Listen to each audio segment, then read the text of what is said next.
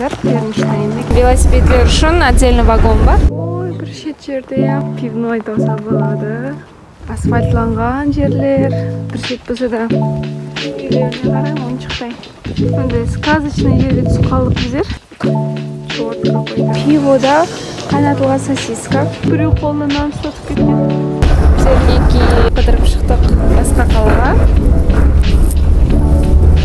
Природа зор, табиғат зор. Коляскалар үшін, итлер үшін, велосипедler үшін отдельный вагон бар. Нерде бебашутта лай, қыдыру үшін, коляска баламенен, итпенен, без проблем. Есіңізде болса, біздер атам енемді Чехияға шақырып едік. Оларға көп жерлерді көрсетуге әрекет еттік. Солменен біздер Бернштейн қорғанына жол алдық. Чехия бойлап жүда қолай пойызлар жолға қойылған. Міне көргеніңіздей, кішкене қалашаларға да аңса арзан жетіп алуға болады.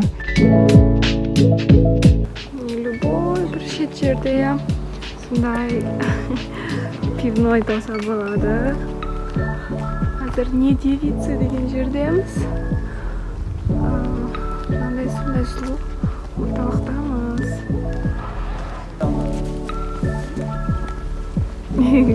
Хайран қалып жатыр мынандай сұлулыққа. Алмаларға, асфальтланған жерлер, бір шет болса да ешкім жүруге қолай жер. Үйлердің сұп-сұлық қойды атсылар. Сказочный.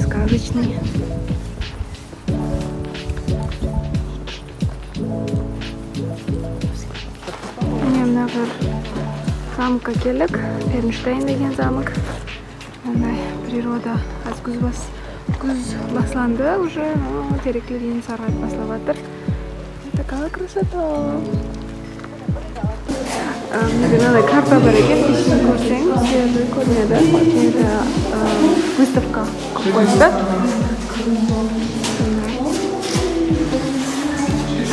Кімдер жасағаны, тарихы осы жерді.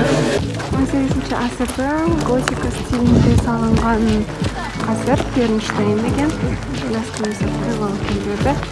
Жүру. Міне, Асанспен келдік. Папасының мамасын шақырған екен Наташа. Бурятиядан. Бұл сарай Бернштейн деп аталған чех аристократлар әулетінің тұрар жері болған. Бұл жерде сіз білген көптеген кино һәм ертегілер түсірілген. Олардан бірі Замонлар аша, яғни рус тілінде пришельцы. Совет дәуірі режиссерінің «Принцесса на горошине» ертегі һәм «Носферату. Призрак ночи» фильмі. Сарай жүдә үлкен һәм сұлу. Ішінде жүрсең киноға түсіп қалғандай саңырастанам. Бұндай сарайлар жүдә көп Чехия бойлап, һәм де кіру бейпыл. Ішлеріне кіріп көрсекті болады, бірақ оған анық бір күнді белгілеп ертелу келу керек. Біздер тек сыртын көріп, сол табиғаттан ләззетленіп, айлану үшін келдік. Танасынып келгеннен кейін орысша сөйлесіп жүрді олар.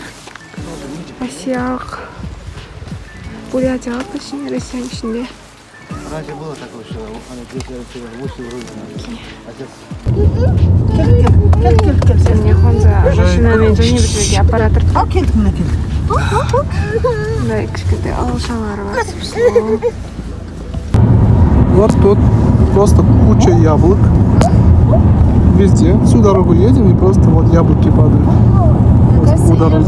Не кушает, никто не трогает, потому что это канцерогены, что много ездит машина. Үйлеріне қарай ойыншықтай. Шоколадный плиткалардай. Содан кейін қасындағы Бистриценат Бернштейн деген қалаға түсіп қалдық. Бұл кішкене қалаша болуына қарамастан инфраструктурасы жүдә рауажланған екен. Балалар ойнайтын жерлері қолайлы, маған ұнайды. Сондай сказочный жерге түсіп қалдық біздер. Сондай кішкентай қасірлері бар екен мына жерде. Еще мындай геройлар сказочные, вот, там дальше тоже есть. Парк миниатюр екен.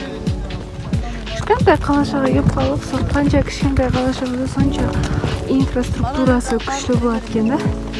Мараядағы әмме Впервые упоминается в Кассерлер. 1305 году. Жер сказка сказана.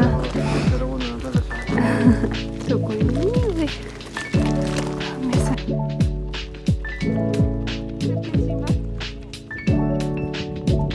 Міне жаңа барып жатқан Бернштейн. Бұның кішкентай варианты моделі. Соның қасындағы қала. Аяқта малар жүрді. Бернштейн бе? Походу, көрдің ең үлкен Қазірге көрсетемін сізге.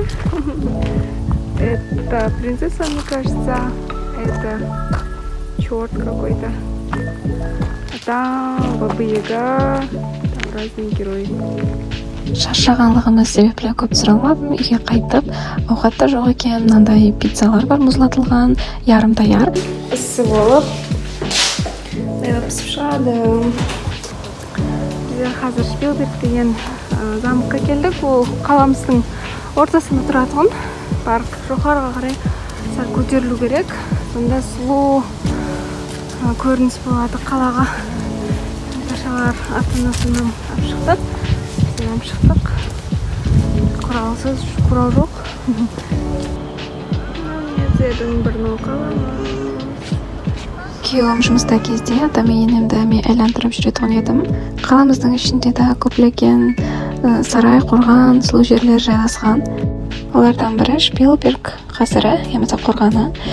13-ші ғасырда Чех королі Отакар II таманынан дұшпанлардан қорғану һәм де өзі жасау үшін құрған. Мынандай чешский ауқатлар бар. Білмеймін, ол не екен? Гусь па? Что-то гущево. Халушки, шпекачки на пиве. Это сосиска, пиво, да? Қайнатылған сосиска. Ойбай, ну не, массовый. Мясной. Типа курдака ұқсаған зат екен с овощами, но капусталы и копченый колбасалы, но фермерские сосискалармен қорылған. Кажется, но куриный гошкен, но шошқаның гоші. Вот сондай ауқатлар. Фестиваль болатқан екен, пиво бар. Біздер родителерімізге айнап жүрміз. Вот так. Біреу қолына нан ұстатып кеткен. Приколға.